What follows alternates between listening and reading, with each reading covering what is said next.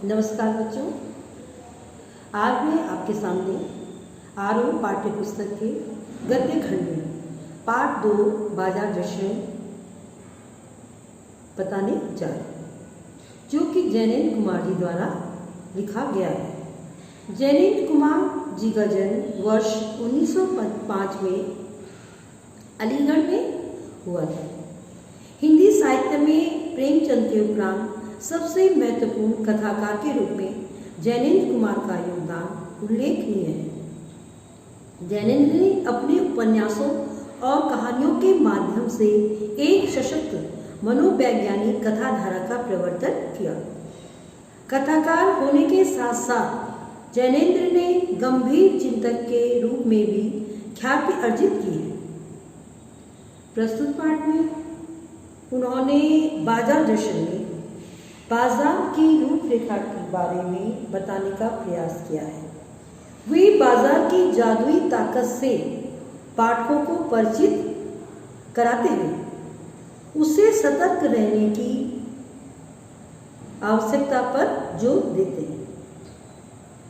लेखक के अनुसार आज बाजार की चकाचौंध हमें अपनी ओर अत्यधिक आकर्षित करती है, लेकिन लोगों को अपनी आवश्यकता के अनुसार ही चीजें खरीदनी चाहिए। लोगों को सोच समझकर बाजार का उपयोग करना चाहिए। यह भगत जी के माध्यम से लेखक ने हमें बताया है।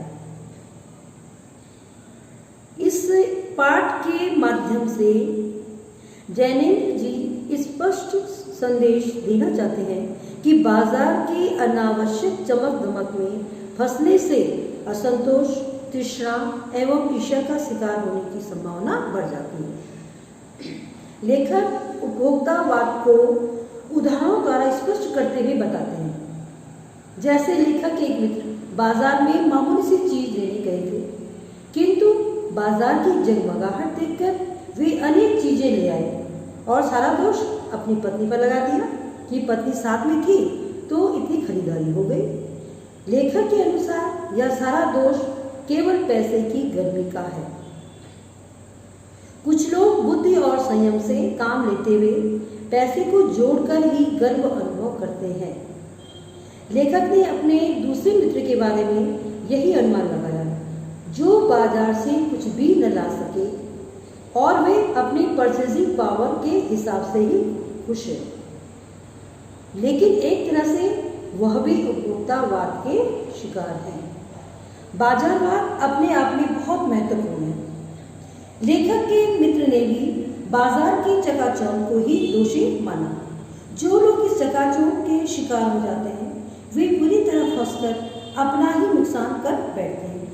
इसका दूसरा उदाहरण यह है कि लेखक का एक मित्र बाजार की चकाचौंध में इस प्रकार फंसा कि दिन भर घूमने के बाद भी बाजार से कोई वस्तु खरीद ही नहीं पाया। सारा दिन बाजार में घूमते रहे, लेकिन कुछ भी वस्तु नहीं खरीद पाए। इसका कारण उस मित्र ने लेखक को बताया कि बाजार में सभी कुछ उसे पसंद आया, किंतु वह कोई एक दो वस्तु ही लाता और अन्य वस्तुओं को उसे छोड़ना पड़ता। इसलिए वह कुछ भी नहीं छोड़ना चाहता था और इसलिए उसने कुछ भी नहीं खरीदा। इसका लेखक ने यह अर्थ निकाला कि यदि हमें अपनी आवश्यकता का ही पता नहीं है, तो हम यह निर्णय नहीं ले पाएंगे कि हमें क्या खरीदना है और क्या नहीं, और इसका परिणाम भी अच्छा नहीं होगा। लेखक के अनुसार बाजार का जादू खाली और भरी जेब दोनों पर चलता है। यदि जेब खाली है तो मन भरा हुआ नहीं है, तब भी बाजार अपनी ओर खींचता है, और यदि जेब भरी है तो खरीदारी तो आप खूब करेंगे, परंतु व्यर्थ की। अंततः यह आपके सुख की तुलना में दुखदायी अधिक होगी। व्यर्थ की चीजों की खरीदारी से बाजार का जादू और ज्यादा प्रभावी होता है। लेखक के अनुसार आपको बाजार तभी जाना चाहिए जब आप निर्णय ले चुके हों कि आपको क्या खरीदना है। मन को बलपूर्वक दबाना भी उचित नहीं है और मन को इतनी भी छूट न हो कि आप उसके पीछे चले। हालांकि मन के प्रयोजन को भी ध्यान में रखकर चलना चाहिए, नहीं तो मन को संतुष्टि नहीं मिलती। इसलिए लेखक के अनुसार बाजार जाने से पूर्व ही मन में यह दृढ़ निश्चय कर लेना चाहिए कि हमें क्या खरीदना है। इससे व्यक्ति बाजार की चकाचौंध से अपने आप को बचा पाएगा और उसके द्वारा जो खरीदी हुई वस्तु है वह उसे आनंद प्रदान करेगी। लेखक कहते हैं कि व्यक्ति को अपने मन को नियंत्रित कर जीवन के सभी महत्वपूर्ण निर्णय सोच विचार कर लेने चाहिए। लेखक के अनुसार चूर्ण बेचने वाले जो भगत जी हैं, लेखक इस पाठ में भगत जी का उदाहरण देकर के ये स्पष्ट करना चाहते हैं कि ऐसे भी व्यक्ति समाज में होते हैं।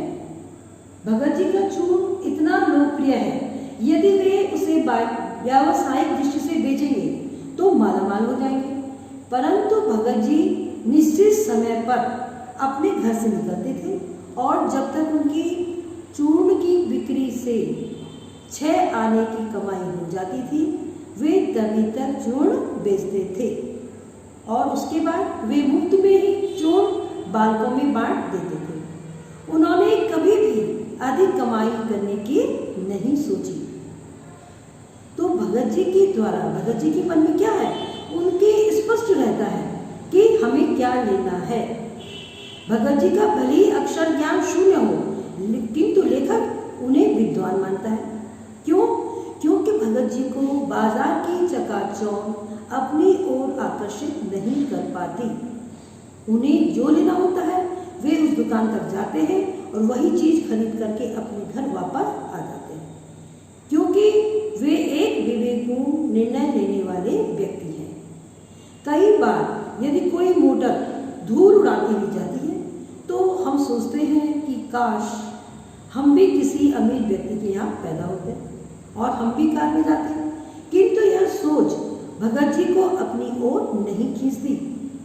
तो भगत जी के पास ऐसा कौन सा बल है जिससे उनके सामने तमाम व्यंग शक्ति असफल हो जाती है। लेखक उस बल को कोई नाम नहीं दे पाता। ऐसे व्यक्तियों में आध्यात्मिक, आत्मिक, धार्मिक व नैतिक बल होता है और वास्तव में केवल निर्बल व्यक्ति ही धन की ओर झुकता है। अब लेखक यह कहना चाहता है कि बाजार की सार्थकता किसमें होती है और वह क्या चीज होती है जिससे बाजार सार्थक होते हैं।